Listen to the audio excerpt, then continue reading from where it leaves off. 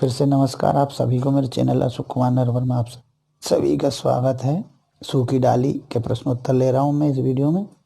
अति लघुत्तरीय प्रश्न, अक्षय वट की डाली सूख जाने से एकांकीकार का क्या आशय है? एकांकीकार उपेंद्र नाथ अस्कर ने संयुक्त परिवार को अक्षय वट के रूप में रखा है। बट माने बट वृक्ष की डाली परिवार के सदस्यों को माना है। अतः अक्षय वट की डाली सूख जाने का आशय है कि परिवार के किसी भी सदस्य का परिवार से अलग होना या दुखी रहना सूखी डाली है। बेला के चरित्र की विशेषताएं लिखिए।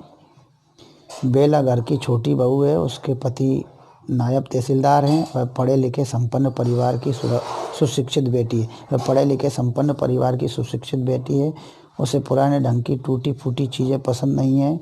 उसे अपने काम स्वयं करने की आदत नहीं है। उसका स्वभाव क्रोधी है। वह पिता की इकलौती संतान है, अतः उसे सबके साथ रहने में घबराहट होती है। उसे ससुराल में ऐसा लगता है जैसे वह परायों में आ गई है। उसे आलोचना पसंद नहीं। अब आगे के प्रश्न हैं। लघुत्तरीय प्रश्न, यदि दादा मूलराज न होते तो परिवार टूट जाता। इस कथन से आप कहाँ तक सहमत हैं? पर्याप्त कारण बताते हुए स्पष्ट कीजिए। दादा मूलराज परिवार के मुखिया हैं। उन्हीं के कारण परिवार एक सूत्र में बंधा है। परेश जब अपनी पत्नी बेला की परेशानी बताकर अलग रहने की बात करता है तो वे उसे समझाते हैं कि छोटी बहू को कोई परेशानी ना होगी। वे परिवार के सभी सदस्यों को समझाते हैं कि छोटी बहू सुशिक्षित, सुसंस्कृत तथा बुद्धिमती है। हमें उसकी योग्यता का आदर करना चाहिए। संयुक्त परिवार का प्रतीक प्रस्तुत एकांकी में किसे बताया गया है और क्यों? सूखी डाली एकांकी में संयुक्त परिवार का प्रतीक वट वृक्ष को माना है। दादाजी कहते हैं कि हमारा यह परिवार बरगद के इस महान पेड़ की ही भांति है। जिस प्रकार परिवार में कई सदस्य होते हैं उसी प्रकार बरगद के पेड़ में डालियां हैं। जिस प्रकार बरगद का पेड़ छाया और शीतलता प्रदान करता है उसी प्रकार परिवार के मुखिया की छत्र छाया में संयुक्त परिवार सुखी और संतुष्ट रहता है।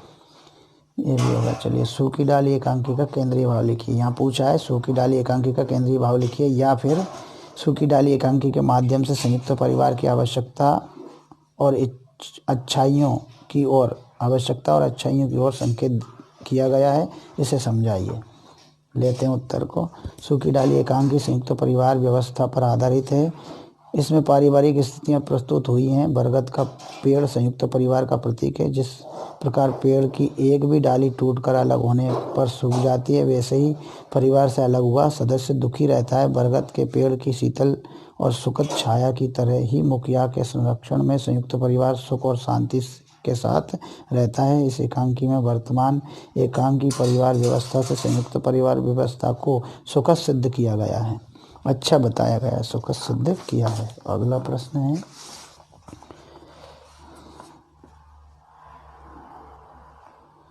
कुटुंब एक महान वृक्ष है। छोटी बड़ी सभी डालियां उसकी छाया में बढ़ती है, छाया को बढ़ाती है।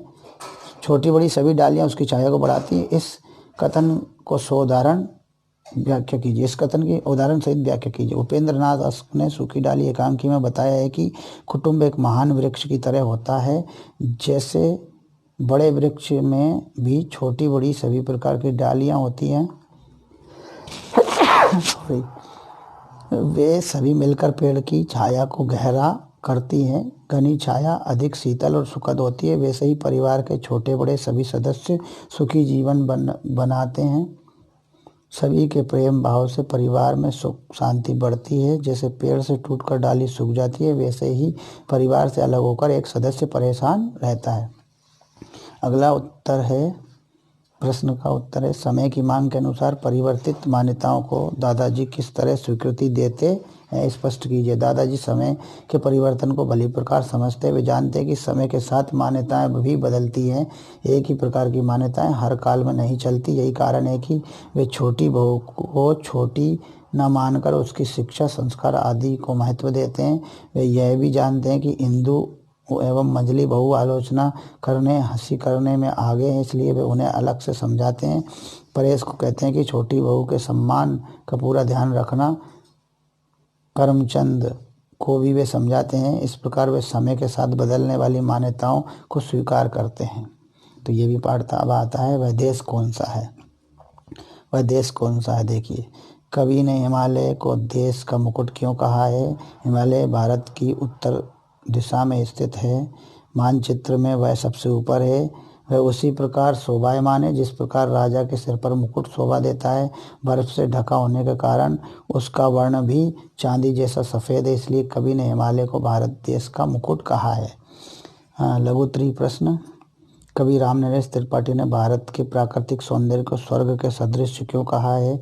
भारत का प्राकृतिक सौंदर्य अनोखा है। यहाँ पर पर्वत, नदियाँ, सागर, वन, मैदान, पेड़ पौधे, लताएं, हरियाली, फूल, फल आदि का आनंद प्राप्त है।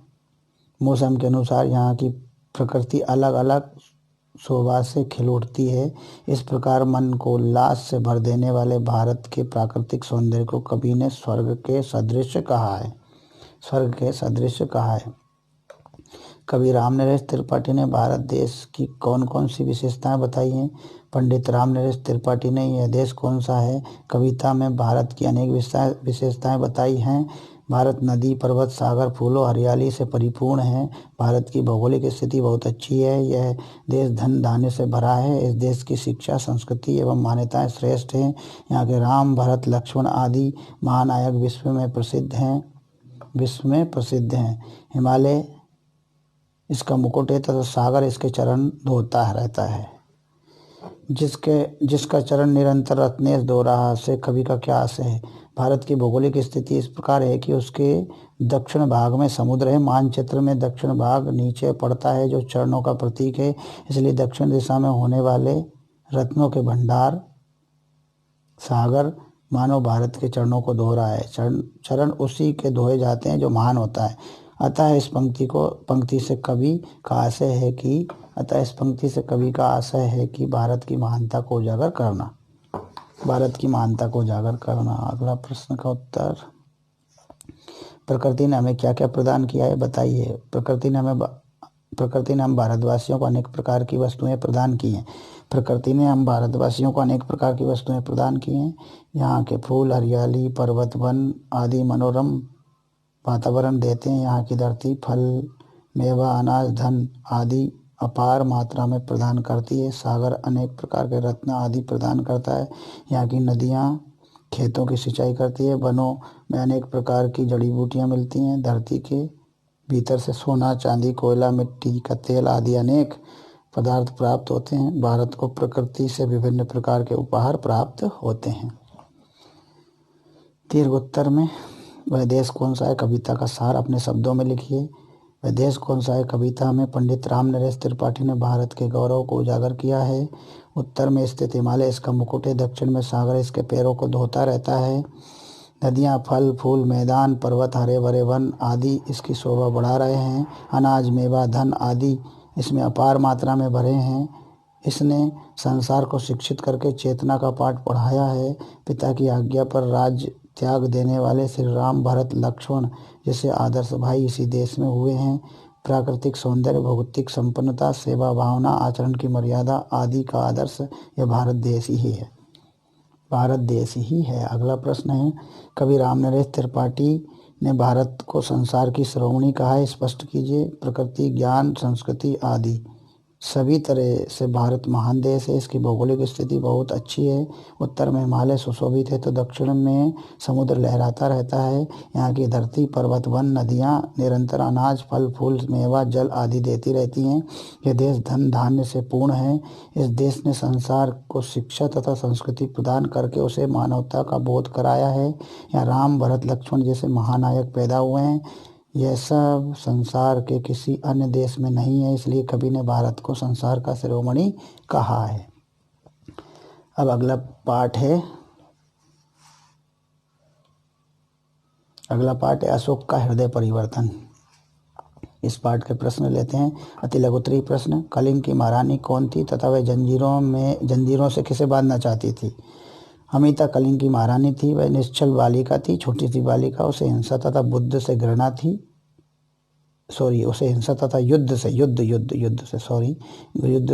थी। जनता के प्रति उसमें सहानुभूति का भाव भरा था। उसे पता लगा कि सम्राट अशोक प्रजा से धन आदि छीनते हैं, प्रजा को डराते हैं, मारते हैं। इससे क्रोधित होकर वे सम्राट अशोक को जंजीरों से बांधना चाहती हैं। अगला प्रश्न है, अशोक क्या प्राप्त करना चाहते थे? अशोक संपूर्ण पृथ्वी को जीतना चाहते थे। वे विश्व विजयी सम्राट बनना चाहते थे, किंतु एक बालिका का मर्मस्पर्शी प्रश्न उन्हें पराजित कर देता है, हरा देता है। उनका हृदय परिवर्तन हो जाता है। हिंसा और युद्ध के स्थान पर उनके हृदय में करुणा और प्रेम जाग उठते हैं। अगला प्रश्न है, सम्राट अशोक के सेनापति का क्या नाम था? उसने सम्राट से क्या कहा? सम्राट अशोक के सेनापति का नाम गोपाल था। उसे कलिंग के राजमहल पर अधिकार करने के लिए भेजा गया था। जब उसे पता लगता है कि महारानी जंजीर लेकर अशोक को बांधने जा रही है तो वह तुरंत लौटता है और सम्राट अशोक को बताता है कि महल में खतरा है, सम्राट प्रतीक्षा करे। अशोक के पूछने पर वह कहता है कि कलिंग की मतवाली रानी सम्राट को बांधने के लिए जंजीर लेकर आ रही है। आगे, अशोक ने कौन सी प्रतिज्ञा की थी? कलिंग की बालिका महारानी अमिता की हृदय को छूने वाली बातें सुनकर कलिंग की बालिका महारानी अमिता की हृदय को छूने वाली बातें सुनकर अशोक का हृदय बदल गया। विश्व विजयी बनने निकला अशोक कहता है, सम्राट अशोक प्रतिज्ञा करता है कि वह किसी से धन छीनेगा नहीं, किसी को डराएगा नहीं, किसी को मारेगा नहीं। अब अशोक हिंसा और युद्ध से विजय की कामना नहीं करेगा। वह कलिंग की विजयी महारानी की भांति निश्चल प्रेम से संसार के हृदयों को विजित करेगा, ऐसा उसने कहा, यह प्रतिज्ञा की। अमिता के किस उत्तर ने अशोक का हृदय परिवर्तित कर दिया? सम्राट अशोक का हृदय अमिता के किन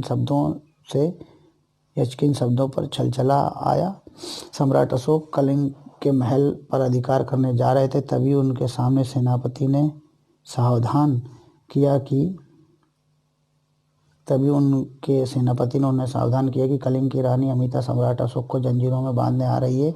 अशोक के पूछने पर अमिता ने कहा, हम दुष्ट अशोक को बांधने जा रहे हैं। अशोक प्रजा से धन छीनता है, प्रजा को डराता है, प्रजा को मारता है। इस उत्तर ने अशोक का हृदय परिवर्तित कर दिया। उसके हृदय में हिंसा और युद्ध के स्थान पर करुणा और प्रेम का संचार हो गया। अगला प्रश्न है, अमिता ने अशोक को क्या आदेश दिया? अमिता राजभवन के द्वार पर आई और अशोक को देखकर उसने पूछा, सुनो, तुम कौन हो? अशोक प्रश्न सुनकर आश्चर्य में पड़ गया और उसकी ओर तेज नज़र से देखा, किंतु निर्भीक सरल अमिता ने कहा, बताओ तुम कौन हो? तुम बहुत सुंदर हो, तुम्हारे वस्त्र भी बहुत सुंदर हैं, तुम्हारी तलवार बहुत सुंदर है। इसके साथ ही उसने आदेश दिया, तुम हमारे साथ आओ, हम दुष्ट अशोक को बांधने जा रहे हैं। अमिता का आदेश सुनकर अशोक चुप रह गया। दीर्घोत्तरी प्रश्न, अशोक का हृदय परिवर्तन का केंद्रीय भाव लिखिए। अशोक का हृदय परिवर्तन उपन्यास अंश ऐतिहासिक पृष्ठभूमि पर आधारित है। जब सम्राट अशोक कलिंग को जीत लेते हैं तो उनमें घमंड का भाव भर जाता है, वे हिंसक हो जाते हैं। कलिंग की बालिका महारानी द्वारा जंजीरों में बांधने की घोषणा से उनका उन्माद और बढ़ जाता है, किंतु जब महारानी अबोध और मर्म भरे प्रश्न पूछती है कि तुम प्रजा से धन क्यों छीनते हो, प्रजा को क्यों डराते हो, प्रजा को क्यों मारते हो, तो अशोक व्याकुल हो जाते हैं। उनका क्रूर हृदय करुणा से भर उठता है, उनका हृदय परिवर्तन हो जाता है। सम्राट अशोक के चरित्र की विशेषताओं को उल्लेख कीजिए। मगध के सम्राट अशोक का चरित्र महान है। उनके चरित्र की निम्न विशेषताएं। महत्वाकांक्षी, सम्राट अशोक की कामनाएं बड़ी ऊंची हैं, वह समस्त पृथ्वी पर विजय प्राप्त करना चाहता है। वीर योद्धा, अशोक एक वीर योद्धा है, वह बिना घबराए विश्व विजय के लिए लगातार युद्ध करता है। गतिशील चरित्र, अशोक का चरित्र गतिशील है, परिस्थितियों के अनुसार उसके स्वभाव में परिवर्तन हो जाता है। कलिंग की रानी अमिता के मर्मस्पर्शी प्रश्न उसके कठोर एवं क्रूर हृदय को दया तथा प्रेम से भर देते हैं। बुद्धिमान, अशोक विवेकशील सम्राट है, वह अहंकार में अंधा होकर कार्य नहीं करता। रानी अमिता के सरल अबोध प्रश्न उसके विवेक को झकझोर देते हैं और वह हिंसा को सदा के लिए छोड़ देता है। इस प्रकार अशोक में महान सम्राट के सभी गुण हैं। अगला पाठ है बरखा गीत। बरखा गीत। चलिए इसके प्रश्न भी देख लेते हैं। बरखा गीत के अनुसार वर्षा के आगमन पर धरती में क्या क्या परिवर्तन होते हैं। वर्षा के आने पर धरती हरी भरी उठती है, सूखी धरती भीग जाती है। हरी भरी उठती है, सूखी धरती भीग जाती, सूखी धरती भीग जाती है। वाटिका सुगंध से महक उठती है। पत्ते फूटने से पेड़ों की छाया गहरी हो जाती है। इस वर्षा के आगमन से धरती की शोभा बढ़ जाती है। पीड़ा दुलारने वाला किसे कहा गया। बादलों ने धरती को गीला करके सभी और हरियाली व आनंद भर दिया है, परंतु ऐसा बादल नहीं आया जो कवि की पीड़ा को दुलार सके। इस तरह पीड़ा को दुलारने वाला घनश्याम यानी कृष्ण को कहा गया है। यानी बादल को कहा गया, बादल का प्रतीक कृष्ण को कहा गया। लघुत्तरी प्रश्न, अंबर में भोर आई बदली का आशय लिखिए, स्पष्ट कीजिए। वर्षा काल में आकाश में घूमती छोटी छोटी बदलियों को देखकर लगता है कि मानो ये आनंद में मदमस्त है। आनंद की अधिकता ने उन्हें पागल बना दिया है। अंबर में भोर आई बदली में उन्हें बदलियों की मस्ती भरी चंचल अवस्था को प्रस्तुत किया गया है। चंचल अवस्था को प्रस्तुत किया गया, मस्ती भरी चंचल अवस्था को। जागी फिर सोई पीड़ा, इसका क्या है, से कवि का क्या आशय। जागी फिर से सोई पीड़ा का आशय इस प्रकार है। वर्षा के आगमन पर बंसी की तान छिड़ गई, इस प्रकार यानी इसका स्वर सुनकर। वर्षा के आगमन पर बंसी की तान छिड़ गई, इसका स्वर सुनकर मन में सोई हुई वियोग की पीड़ा जाग उठी। बंसी की ध्वनि ने प्रिय मिलन के शांत पड़े भाव को तीव्र बना दिया। प्रिय मिलन के शांत पड़े भाव को तीव्र बना दिया है। वह विरहजन्य वेदना मीरा की पीर की तरह व्याकुल कर देने वाली है। दीर्घोत्तरी प्रश्न, वर्षा की प्रतीक्षा सभी प्राणियों को क्यों रहती है। जल को जीवन माना गया है। गर्मी के ताप से सूखी धरती, झुलसी वनस्पतियां, बाग बगीचों गर्मी के ताप से सूखी धरती, झुलसी वनस्पतियां, बाग बगीचों के साथ जानवर, पशु पक्षी, मानव आदि सभी को वर्षा की प्रतीक्षा रहती है। वर्षा का पानी पड़ते ही धरती पर जीवन लहराने लगता है। अन्न फल आदि सभी की उत्पत्ति वर्षा से होती। बिना वर्षा के सभी बेचैन रहते हैं। एक और बचा है प्रश्न, बरखा गीत में प्रयुक्त प्रतीकों को समझाइए। बरखा गीत में कवि ने विभिन्न प्रतीकों के माध्यम से अपनी वेदना को प्रस्तुत किया है। प्यास, प्यार, बादल, शीतलता, गगरी हृदय, कजली मस्ती, छाप, अंतर की कालीमा, बांसुरी पीर जगाने वाली और मीरा पीर की प्रतीक है। सभी प्रतीक कवि की पीड़ा को तीव्र रूप में व्यक्त करने वाले हैं। इन प्रतीकों ने भावाभिव्यक्ति को सशक्त बना दिया है। इस प्रकार इस वीडियो में इतना ही था। मैं अगले पाठों को अगले वीडियो में लूँगा। धन्यवाद।